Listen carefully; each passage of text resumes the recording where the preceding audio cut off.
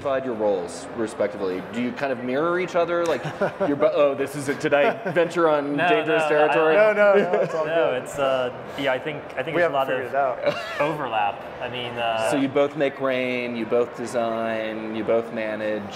yeah, and I think initially it was because we went out on our own together. It was all about that dialogue back and forth, and I think the struggles to try to keep and maintain that, because that's what kind of was the impetus for our whole venture. Well, I think that is a really key point, and there's practices that we admire where we see somebody, we see a firm that grew from a couple of people and now it's 70 or 50, right. and there's firms that have gone through that growth period, and they've managed to maintain a remarkable, inspired character to the work, and there's firms that have gone through that you feel like they kind of lost something as they grew it. And so we have a lot of conversations about what was that chemistry that started in studio back in the mid 90s, and how do we maintain that, how do we nurture that and infuse that to the people that we're working with, and have that studio vibe and keep that vibrance, and so we have a lot of conversations about that. I think it's like building a family, right? I mean, you kind of have to maintain your relationship as partners, and then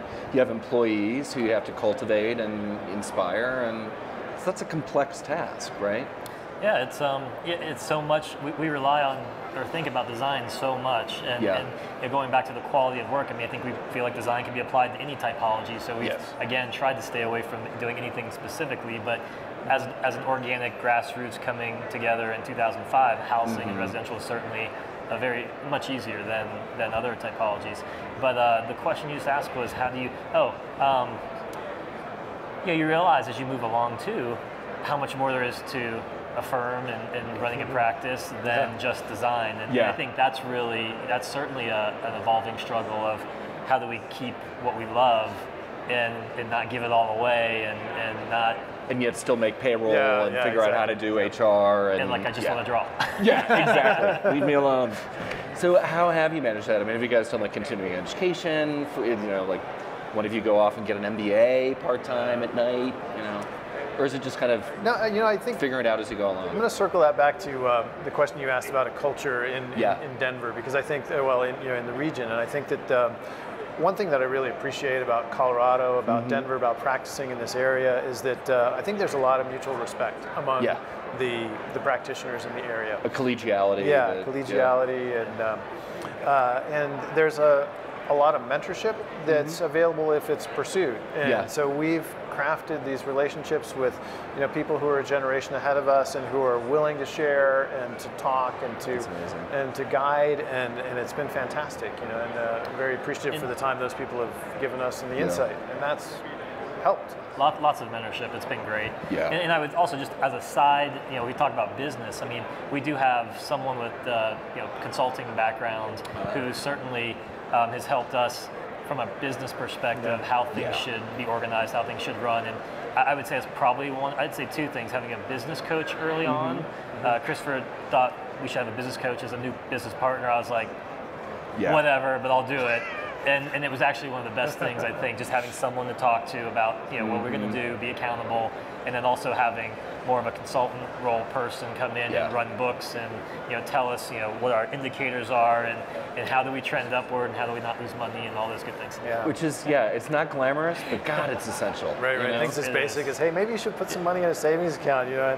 Just in case, God forbid, a recession happens. And then, what are you talking about? Lo and behold. And that was huge for us. So let's talk about that central passion, the design, for a minute. We have about 4 minutes left on the clock, and I know you have some amazing projects on the boards that you're getting excited about it. So what's lighting your respective or mutual fires in terms of the project workload? Well, I think that one of the things that's exciting, and I hope that it's happening for practitioners in general, is we're seeing some single-family houses come up again. And I think we've always had the good fortune to work on some pretty interesting sites. And so there's a couple of projects in Boulder on some steeper slopes that have just fantastic views, Devil's Thumb, Flatirons.